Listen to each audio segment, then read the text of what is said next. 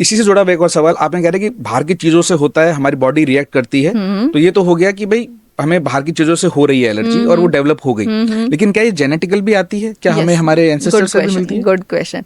Actually इसमें genetic predisposition का तो फैक्टर रहता ही रहता है, लेकिन इसके साथ में एनवायरमेंटल फैक्टर भी रहता है।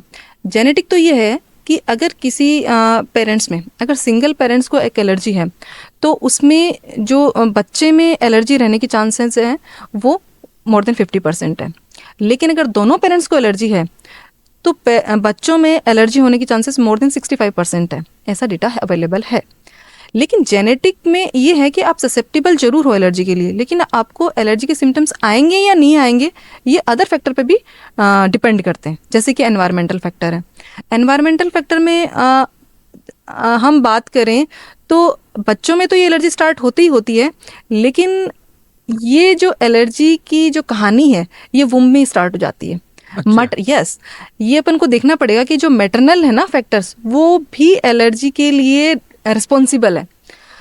जैसे हम बात करें एक्चुअली रिस्क फैक्टर की, हम जब बात करें एलर्जी के, तो उसमें हम 3 कैटेगरी में उसको डिवाइड कर सकते हैं। लाइक प्री नेटल, यानी जब बच्चा मदर के वुम्ब में है।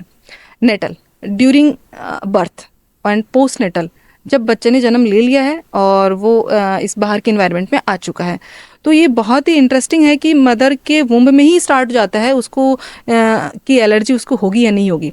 जैसे अगर मदर ओबीज है, तो अगर मदर स्ट्रेस में है, तो जो मदर की साइकोलॉजिकल कंडीशन है वो बच्चे को बहुत ज़्यादा अफेक्ट करती है।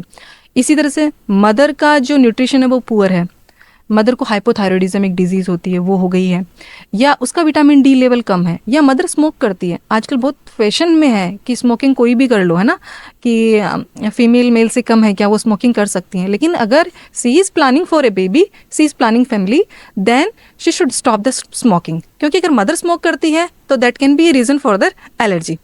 देन एक ये फैक्टर है जो प्री नेटल फैक्टर है। Then natal, how a baby comes into this world. अगर बच्चा एक नॉर्मल डिलीवरी से होता है और एक बच्चा सी सेक्शन या सिजेरियन से होता है, तो दोनों की जो स्किन फ्लोरा होता है, स्किन फ्लोरा मतलब कुछ जो जर्म्स होते हैं जैसे वायरस, बैक्टीरिया या फंगाई होते हैं, वो हमारी बॉडी पे हमेशा रहेंगे। जैसे हमारी स्किन पे रहेंगे, या हमारी जो भी एंट्री है बाहर से एंट्री, जैसे किससे होगी, नाक से होगी या मुंह से होगी, या जो एनल कैनाल होती है, इन तीनों में एक फ्लोरा होता है जिसमें जर्म्स रहते हैं। मोस्टली बैक्टीरियल लोड ज़्यादा होता है उनका। तो जो बच्चे वेजाइनल डिलीवरी कराते हैं उनमें जो माइक्रोबायोम भी बोलते हैं उसको, तो वो माइक्रोबायोम अलग होता है। और जब बच्चा सी सेक्शन से बाहर आता है तो मदर की स्किन पे जो जर्म्स होंगे वो बच्चा साथ लेकर आएगा। तो जो वेजाइनल डिलीवरी में जो माइक्रोबायोम बच्चा लेकर आता है वो उसको एलर्जी से प्रिवेंट करता है। यस, एंड जो सी सेक्शन से जो बच्चे होते हैं उनमें जो माइक्रोबायोम होगा वो उसकी स्किन की जो माइक्रोबायोम है मदर की, उसके जैसा होगा। So they are less protective for the allergy. तो यस, एंड और बात करें अगर बच्चा लो बर्थ वेट अगर है तो उसमें एलर्जी के चांसेस ज़्यादा हैं। इसी तरह से बच्चों में होने के बाद में एक पीलिया है, हाइपरबिलिरुबिया बोलते हैं, पीलिया है, जॉन्डिस जो होता है, अगर वो बच्चे में उसकी हिस्ट्री है तो उस बच्चे में एलर्जी होने के चांसेस ज़्यादा हैं।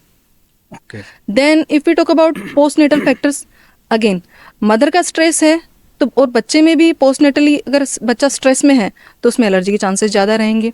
विटामिन डी लेवल बच्चे का कम है तो रहेगा। बच्चा माल नरिश्ड है तो एलर्जी के चांसेस और रहेंगे।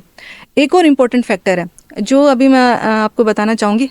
एक हमारी एलर्जी की स्टडी में एक है हाइजीन हाइपोथेसिस, मतलब जो जितना ज़्यादा साफ सुथरा रहेगा उसको उतनी ज़्यादा एलर्जी होने की चांसेस है। अच्छा, रिवर्स है। यस यस यस, हमने देखा होगा कि हमारे पुराने ज़माने में जैसे बच्चा है वो अगर जॉइंट फैमिली में पला बढ़ा है, एक ही घर में ज़्यादा बच्चे हैं, तो एक बच्चे का इन्फेक्शन दूसरे बच्चे को लगेगा।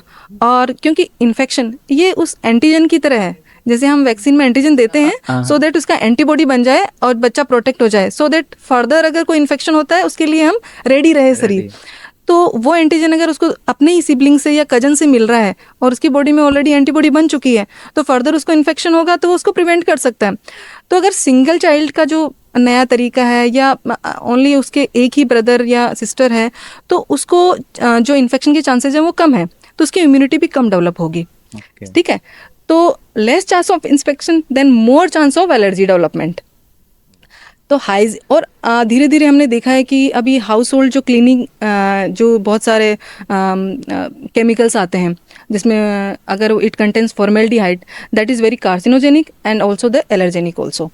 तो इस तरह के हम क्लीनिंग के लिए जो हाउस होल्ड, जैसे हमने पोछे के लिए कुछ यूज़ किया केमिकल, या स्प्रे के फॉर्म में हमने कुछ केमिकल यूज़ किया है, तो अगर बच्चा उनके कांटेक्ट में आता है तो उसको एलर्जी होने के चांसेस ज़्यादा है।